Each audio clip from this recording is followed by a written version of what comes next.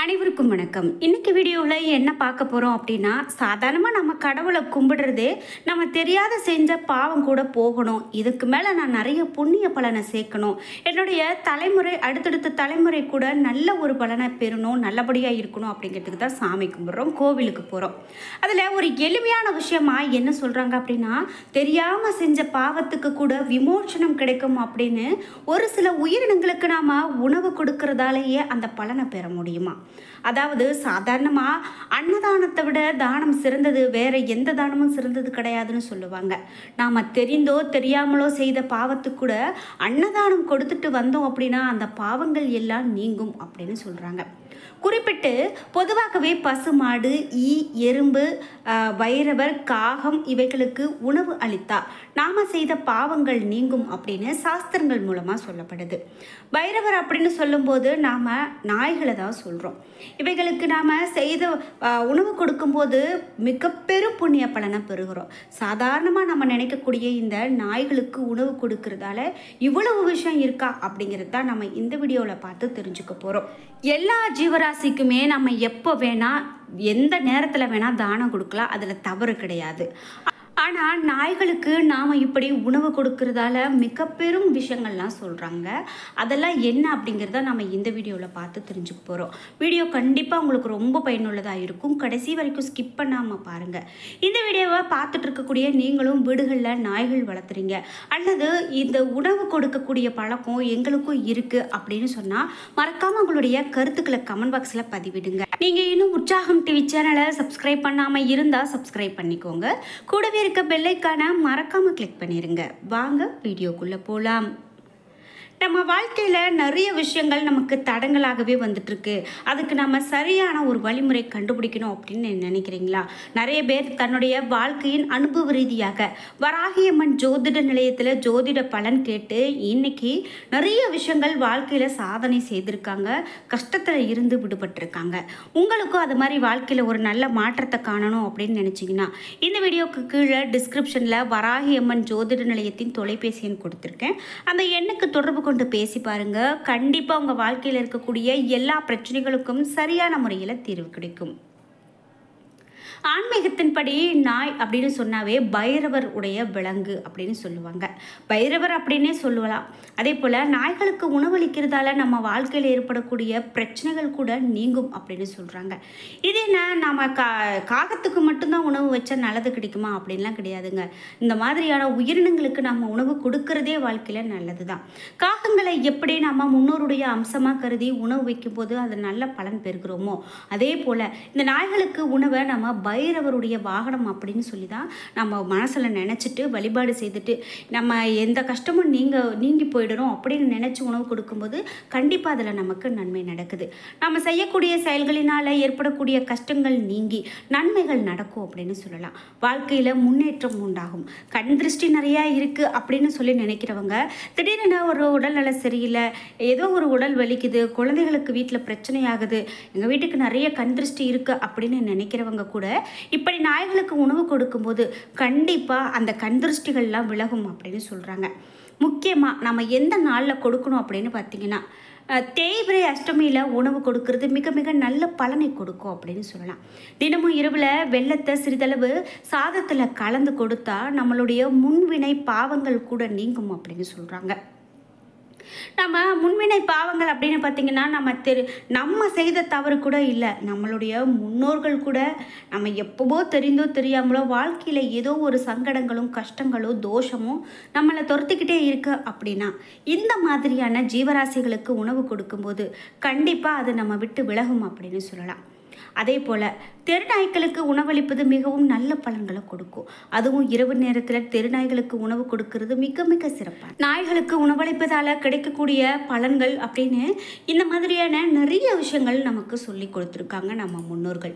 சரி, இது மட்டும்தானா அப்படின்னு பார்த்தீங்கன்னா முதல்ல பசுமாட்டிற்கு வாழைப்பழம் தந்தோம் அப்படின்னா அது ரொம்ப நல்லது அப்படின்னு எல்லோரும் சொல்லுவாங்க.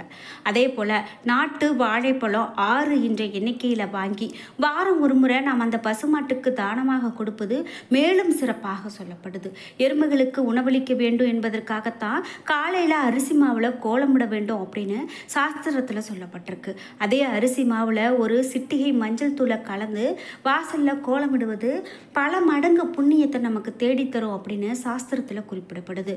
பைரவருடைய வாகனமான நாய்க்கு உணவளிக்கிறதால வாழ்க்கையில் மிக பெரும் நன்மைகள் அப்படின்னு சொல்கிறது போலவே இந்த பசுமாட்டிற்கு உணவு கொடுக்கறதும் மிகவும் நல்லது. நம்ம வீட்டில் இருக்கிற ஒரு இந்த பைரவருக்கு மட்டும் நம்ம உணவு அளிக்கிறது மட்டும் இல்லாமல் இந்த தெருக்களில் இருக்கக்கூடிய இந்த ஜீவராசிகளுக்கு உணவு கொடுக்கறதால வாழ்க்கையில் நல்ல ஒரு விஷயங்கள் நடக்குங்க. சரி, இதே போல் தினந்தோறும் நம்ம காகத்துக்கு வைக்கப்படக்கூடிய சாப்பாட்டில் ஒரு சொட்டு தயிரும் சிறிதளவு எள்ளும் கலந்து வைத்தா நம்மளுடைய முன்னோர்களின் ஆத்மாவானது சாந்தி அடைந்து அவர்களுடைய ஆசீர்வாதத்தை முழுமையாக பெற்றுத்தரும். பாவம் இல்லாத வாழ்க்கையை வாழ முடியும் அப்படின்னு சொல்கிறாங்க. ஆகவே நீங்கள் இது போன்ற ஜீவராசிகளுக்கு உணவு கொடுக்குறீங்க அப்படின்னா இனிமே இந்த மாதிரியான விஷயங்கள் எல்லாம் கவனித்து கொடுக்கறது மிகவும் நல்லது. நம்மளுடைய வாழ்க்கையில் நல்ல ஒரு முன்னேற்றங்கள் விரைவாகவே உண்டாகும் அப்படின்னு சொல்கிறாங்க. நம்ம உணவு கொடுக்கறது அப்படின்னு பார்க்கும்போது மேலும் சில விஷயங்கள்லாம் என்ன சொல்கிறாங்க அப்படின்னு பார்த்தீங்கன்னா, உணவு கொடுக்கும்போது அசைவ உணவுகளை கொடுக்கக்கூடாது அப்படின்னு சொல்கிறாங்க. அப்படி கொடுக்கும்போது அந்த ஜீவராசி சாப்பிடுகிறது அப்படின்னு சொன்னாலும் கூட நாம போய் கொடுக்கக்கூடாது அப்படின்னு சொல்கிறாங்க. சரி, இது மட்டும் இல்லாமல் வேறு என்னென்ன விலங்குகளுக்கெல்லாம் உணவு கொடுக்கறது நல்லது அப்படின்னு பார்க்கலாம். சூரிய பகவானுடைய கிரக பிரச்சனைகள் எல்லாம் ஜாதகத்தில் நமக்கு இருக்குது அப்படின்னா குதிரைக்கு உணவளிப்பதன் மூலமாக அந்த பிரச்சனைகள் எல்லாம் தீர்ந்து போகும். நம்மளுடைய ஜாதகத்தில் குரு பகவானால் பிரச்சனைகள் இருந்தது அப்படின்னா திருமணம் மற்றும் கல்வி பாதிக்கப்படலாம். அதை நிவர்த்தி செய்ய மாடுகளுக்கு தீவனம் அல்லது யானைக்கு உணவு கொடுக்கறது நல்லது. சந்திரன் அப்படின்னு பார்க்கும்போது சந்திர பகவானுடைய பார்வை உங்களுடைய ஜாதகத்தில் உக்கிரமாக இருந்தால் அதை சரி செய்ய நீர்வாழ் உயிரினங்களுக்கு உணவு வழங்கலாம். அதாவது மீன், ஆமை உள்ளிட்ட நீர்வாழ் உயிரினங்களுக்கு உணவு வழங்குறது ரொம்ப நல்லது. செவ்வாய் கிரகம் திருமண விஷயத்தில் முக்கியமான ஒரு தடையாக பார்க்கப்படுது. நாம் ஆடு அல்லது செம்மறி ஆட்டுக்கு உணவு கொடுக்கறது மூலமாக நம்மளுடைய கெட்ட வினைகள் குறையுது. மேலும் குரங்குகளுக்கு தானியங்கள் கொடுக்கறதால இந்த செவ்வாய் கிரகத்தினுடைய தோஷங்கள் எல்லாம் நீங்கும் அப்படின்னு சொல்லலாம். இதே போல் நம்மளுடைய ஜாதகத்தில் புதன் அதிபதியாக இருக்கும் பட்சத்தில் அவர் மிகச்சிறந்த பேச்சாளராக இருப்பார். புதன் திசை பிரச்சனையாக உள்ளவங்க கிளிகளுக்கு உணவு வைக்கிறது ரொம்ப சிறப்பு. அப்படி இல்லை அப்படின்னா நம்மளுடைய வீட்டின் மேற்கூரையில் பறவைகளுக்கு உணவு மற்றும் தண்ணீர் வைக்கிறது ரொம்ப ரொம்ப நல்லது. இதே போல் செல்வத்தை அளிக்கக்கூடிய கிரகம் தான் சுக்கிரன். இந்த கிரகம் நல்ல முறையில் வலுப்பெற புறா உள்ளிட்ட பறவைகளுக்கு தானியங்களை உணவாக கொடுக்கலாங்க. அது ரொம்ப சிறப்பு. அடுத்ததாக நாம் அனைவரும் மிகவும் பயப்படக்கூடிய ஒரு கிரகம் அப்படின்னு பார்த்தா அது சனி. சனி பகவானுடைய அருளை பெற நாம் கருப்பு நிற விலங்குகள் பறவைகளுக்கு உணவு கொடுக்கலாம். உதாரணமாக எருமை, கருப்பு நிற நாய், காகம் உள்ளிட்டவை. இதற்கு நாம் உணவு கொடுக்கும்போது கண்டிப்பாக சனி பகவானுடைய கஷ்டங்களில் தோஷங்களில் இருந்தும் நம்மளால் விலகி இருக்க முடியும் அப்படின்னு சொல்கிறாங்க. இதே போல் ராகு மற்றும் கேது நம்மளுடைய ஜாதகத்தில் வலுப்பெற நாய்களுக்கு ரொட்டி கொடுப்பதோ எறும்புகளுக்கு சர்க்கரை மாவு பொருட்களை உணவாக கொடுப்பதோ நல்ல ஒரு பலனை கொடுக்கும் அப்படின்னு சொல்கிறதால நாம் இதெல்லாம் கடைப்பிடிக்கிறது ரொம்ப ரொம்ப நல்லதுங்க. அதனால் நீங்களும் இப்படி ஒரு ஜீவராசிக்கு உணவு கொடுக்குறீங்க அப்படின்னா அதில் எந்த விதமான தவறும் கிடையாது. நம்ம நேரங்காலம் கூட பார்க்க வேண்டாம். நம்மளால் முடிந்த வரைக்கும் நாம் இப்படி உணவு கொடுக்கும்போது கண்டிப்பாக அது மனம் மகிழ்ந்து நம்மை வாழ்த்தும் போது நம்ம வாழ்க்கையில் இருக்கக்கூடிய எல்லா தோஷங்களும் நீங்கும் அப்படின்னு சொல்லலாம். இப்படி நீங்களும் இந்த மாதிரியான ஒரு ஜீவராசிக்கு உணவு கொடுக்கக்கூடிய பழக்கம் உங்களுக்கும் இருக்குது அப்படின்னா மறக்காமல் உங்களுடைய கருத்துக்களை கமெண்ட் பாக்ஸில் பதிவிடுங்க. தினமும் நான் வீட்டில் இந்த மாதிரி உணவு கொடுக்குறேன், காகங்களுக்கு உணவு கொடுக்குறேன் இப்படி அப்படிங்கிற உங்களுக்கு ஒரு கருத்து இருக்குது அப்படின்னா மறக்காமல் கமெண்ட் பாக்ஸில் பதிவிடுங்க. என்ன நண்பர்களே, இன்னைக்கு வீடியோவில் நாய்களுக்கு உணவு கொடுக்கறதால நாம் என்ன மாதிரியான விஷயங்கள் எல்லாம் பார்க்குறோம், கடைப்பிடிக்கணும், என்ன மாதிரியான பலன்களை பெறுகிறோம் அப்படிங்கிற எல்லா தகவலையும் பார்த்து தெரிஞ்சுக்கிட்டோம். இந்த வீடியோ கண்டிப்பாக உங்களுக்கு ரொம்ப பயனுள்ளதாக இருந்திருக்கும். வீடியோ உங்களுக்கு பிடிச்சிருந்தா லைக் பண்ணுங்கள், ஷேர் பண்ணுங்கள், கமெண்ட் பண்ணுங்கள். நீங்கள் இன்னும் உற்சாகம் டிவி சேனலை சப்ஸ்கிரைப் பண்ணாமல் இருந்தால் சப்ஸ்கிரைப் பண்ணிக்கோங்க. கூடவே இருக்க பெல்லைக்கான மறக்காமல் கிளிக் பண்ணிடுங்க. அப்போ தான் நாங்கள் போடுற இது போன்ற பயனுள்ள ஒவ்வொரு வீடியோவும் உங்களுக்கு உடனுக்குடன் நோட்டிஃபிகேஷனாக வந்து சேரும். நன்றி வியூவர்ஸ்.